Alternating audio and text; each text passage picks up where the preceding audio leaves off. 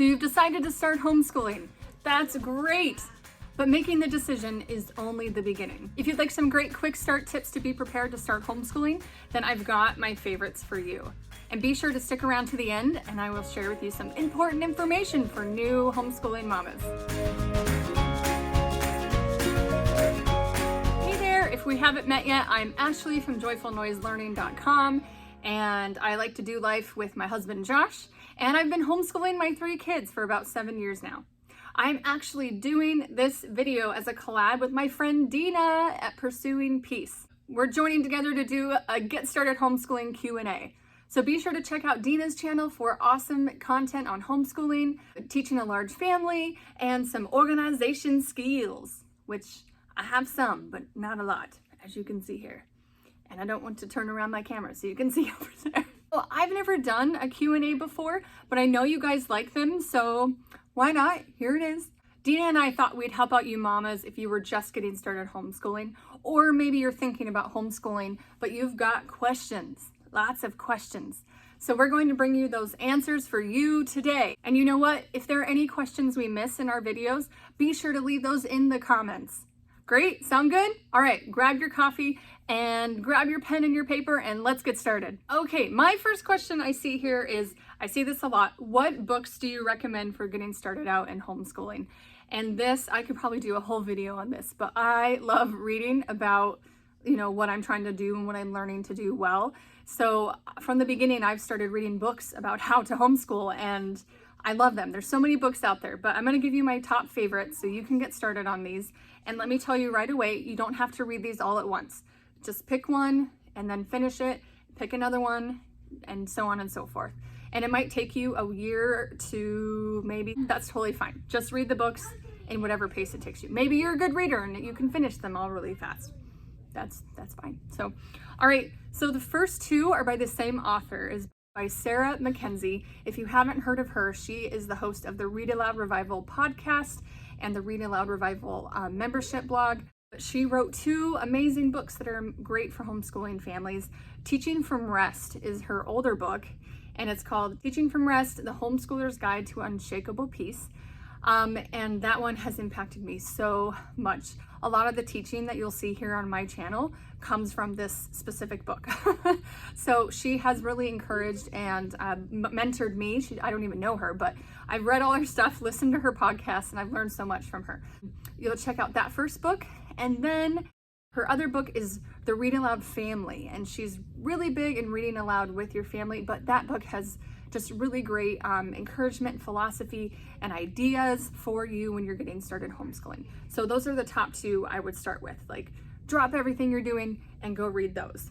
So after reading the Sarah McKenzie books, the next favorite book that I have is For the Children's Sake by Susan Schaefer Macaulay. And this is a Charlotte Mason based book.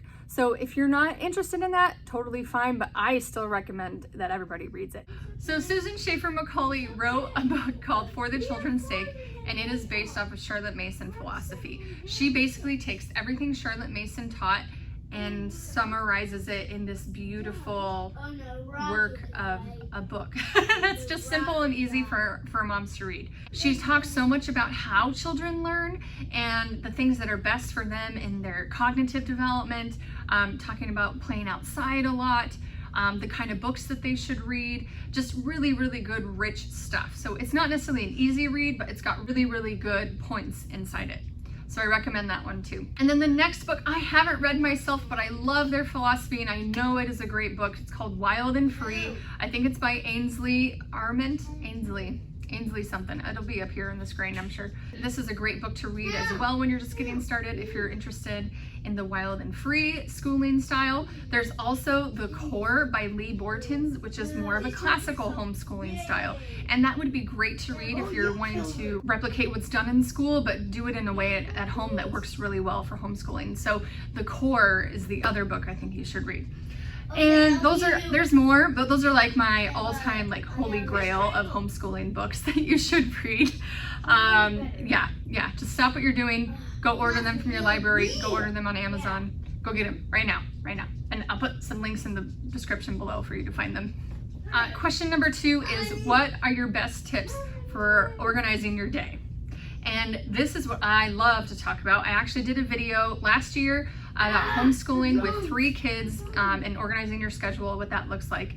I give some suggestions on how I do that there. Those are my kids with ages, let's see, they were like 3, 6, and 8, I think, when I did that video. And I know that this can be really hard when you've got like all different kinds of ages and you're not dealing with just one age group. It's very, very possible to homeschool with all different ages at home. It's like the one-room schoolhouse kind of thing, and they did that for years and years before we had public school. So it's very possible. But my best tip for doing that is 2 words: block scheduling. Yes, block scheduling. This has revolutionized my homeschooling planning. Okay guys, let me explain block scheduling. So what you do is you start with thinking of the chunks of time in your day. I break mine up into 3 chunks: morning, midday, and afternoon or evening. So I guess that's 4. But instead of thinking, okay, at 9 o'clock we do this, at 9:15 we do this, at 10:30 we do this, and so on and so forth, you are placing these activities in groups into the chunks in your day, and then you can have a block for each time of the day. But the great thing about this is you're not pressed for a lot of time. You can kind of relax and be in that block and only focus on those things when you're in that block. And then if something goes awry in your day, you know, a kid gets sick or an unexpected visitor drops by, the great thing with the block schedule is you can move those blocks around, or you can just skip one and move it to the next day. Like, it doesn't throw off your day, and I really, really needed that. So that would be my best tip, is to block things. I will do another video on exactly how I do block scheduling very soon. But check out that video on how I do my schedule for homeschooling with 3 kids. Question number 3 is, do you do every subject every day? How do you handle that? Great question. I have 2 more words for you. Loop scheduling. Yes, so Sarah McKenzie talks a whole lot about this in her Teaching from Rest book. I've also learned a lot from Pam Barnhill with her Plan Your Year course. A lot of us already do kind of loops throughout our day anyway. It's kind of hard to explain without a visual. I'll try to give you a visual here, and I'll just talk about it. Basically, you don't do every subject every day. You have your daily subjects, and for us, that is math and language arts. And then you have your non-daily subjects, basically your loop subjects. So for example, the ones I have are geography, art, science, history, and what else? Oh, Spanish and Spanish. So each of those get done at least once a week, sometimes twice, sometimes a little bit less, but my goal is at least once a week, and we rotate those through each day. So for example, Monday, let's say we do art at our loop subject time. Tuesday is geography, Wednesday is science, Thursday is Spanish, and then Friday we don't do it because it's a busy day. So then we start over on Monday, and then we do our next subject. So that is how you do loop scheduling, and how you can get all those subjects in that you want to get in but don't need to be done on a daily basis. My other tip for that one is sometimes you don't have to do all the same subjects in that loop. So what I did, for example, I didn't do a lot of science last year. We focused a lot on history. So I didn't get a lot of direct science in. So another thing to do is to loop those on a monthly basis. So for our month of July, we're focusing on science right now. I'm not doing any history at the moment, although I want to so badly. I really love history, and I want to do history every day. But my kids love science, so we're trying to just focus more on the science right now. So for 4 weeks, we're doing science only during our loop subject time. And then we will take a break with that, and then we'll do history only in the next month. So you could do that for sure. You can do that as long as you want. You could do 2 months of science and 2 months of history, or you could rotate them. So yes, that's how I handle doing all those subjects, and it's called loop scheduling. Okay, friends, I have one more question from you, and this one came from Sarah. She said, perfect timing. How do you split your time for multiple ages not using the same level curriculum? She says she has a child with Saxon Math 1 and Math 3 and another in pre-algebra. Thankfully, the pre-algebra student is independent, and the 2 littles are also in different levels for all reading subjects, or level 2 and level 4. What do you do for the in-between time when they have to wait for you because they are not independent? And this is her first year. She's starting this Monday. Good job, Sarah. Whoop, whoop. And you guys were public school until COVID. So, I want to address this question and go quickly because I know we're at the end of the video here, but I'm so glad you guys are hanging in with me. So I created this printable sheet just for this specific reason. So I have a spot here for up to 4 children. If you have more than that, you would have to print another sheet. If you have less than that, you could easily put mom in that first spot right there. And then you have your time blocks here, just like I talked about with block scheduling. I basically just did it by hour, and we'll go with that. So the best thing I could think of doing, I did first actually. So I have 3 children as well, and they all need my individual attention for certain things. My kindergartner is my 5-year-old. He is my least independent and needs me pretty much for everything. And then my 2nd grader and my 5th grader. The first thing I do want to say is that you're going to want to put together as many subjects as possible. And that is basically everything not math and language arts. So if you're already doing that with your curriculum picks, you're on the right track. But still, how in the world do you do the math and language arts portion? So I make sure that my children all know what they're doing during that time. And the best thing I do usually for first, so my child number 1 is my oldest. So she's going to do, you're going to think through what are the things she can do on her own. She has, I put handwriting she can do on her own, piano, and she can start her math, and then I come help her, but she does that one last. So during this time, she's doing that. And then I am actually working with my kindergartner right here. And then I work with my 2nd grader. So this is my, or I should mark what grade they are, 5th grade. This is my 2nd grader. Sorry about my lovely handwriting and my kinder right there. So during this time with my kindergartner, we do our phonics lesson, and then we do a quick math lesson, and that is about all we do. So, and I read a book to him, but that kind of goes with the phonics lesson. But I do those 3 things with him. During this time, my 2nd grader is working on what he can do independently. And right now, we're not, he can do a math lesson on the computer. Or what I've been doing lately that's actually helped a lot is he does a reading assignment where he can read, because he's at that point where he can read really simple books, but I give him a book that he can read, and he reads while I'm working with this child here. So then we have that. So now we move on to the next block. This really doesn't take a whole hour, but let's just move to the next block for simplicity's sake. My kindergartner then, he does an independent activity, and that, so whatever he can do independently. And so for him, that's like Play-Doh, Legos, coloring. He loves drawing and coloring. He could do that all day. Coloring, listening to an audiobook while he colors. So those are the things that he does, his independent work right now. And then my daughter is still kind of working on these things, my oldest. She's still working down her list on her independent things. And then my 2nd grader, I do his math lesson with me. So I'm with my 2nd grader right here. Math and his spelling lesson basically is what we do.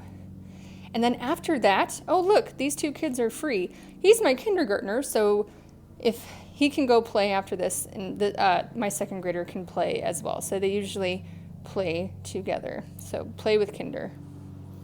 And then he plays with the 2nd grader. And then, or I send them outside. Anything they can do together. And then I get to my oldest daughter. So if she ends up getting these things done quickly, then she has a little bit of free time, actually. That's kind of how, while she waits for me. So she'll work on something just that. And then I end up being with my 5th grader. And that's when we do our spelling. And I work on math with her, anything that she couldn't get. So there's a detailed look at how I do that. Basically, your trick is to list those things that they can do independently and stagger their independent work. So that way you are working with the child who is not independent while the other two are doing independent work. And then you can rotate it however you see fit. Some people work with their oldest first and then send them away to do their independent work while these two are getting ready. And then you just work your way down. So you could go from oldest to youngest as well, or you can go from youngest to oldest, which is how I've chosen to do it. So that way I get him done first, and then he can just be on his merry way for the rest of the day.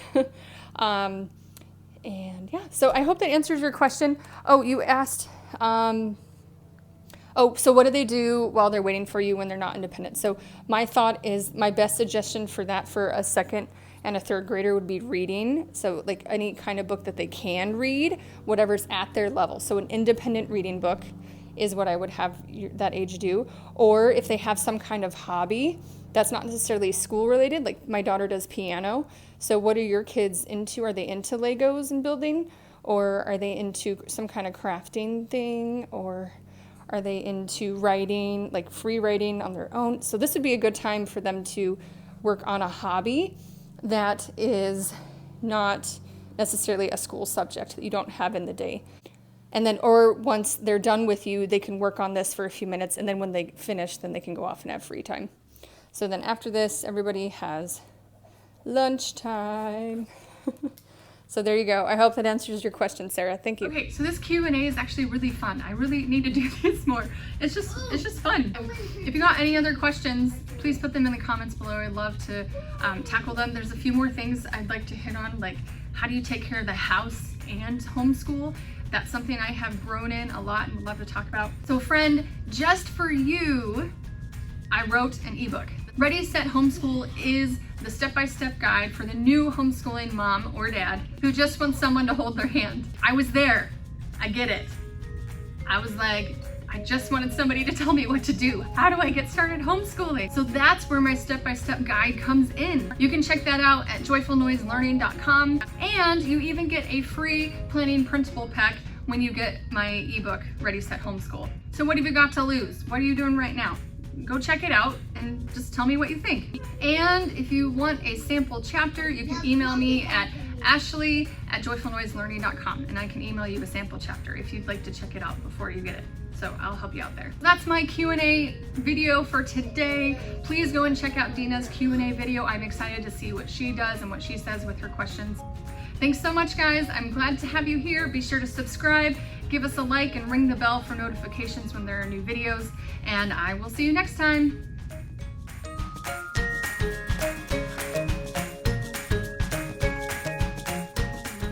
Get so many good homeschooling. Oh, I just realized. Oh, the whole time.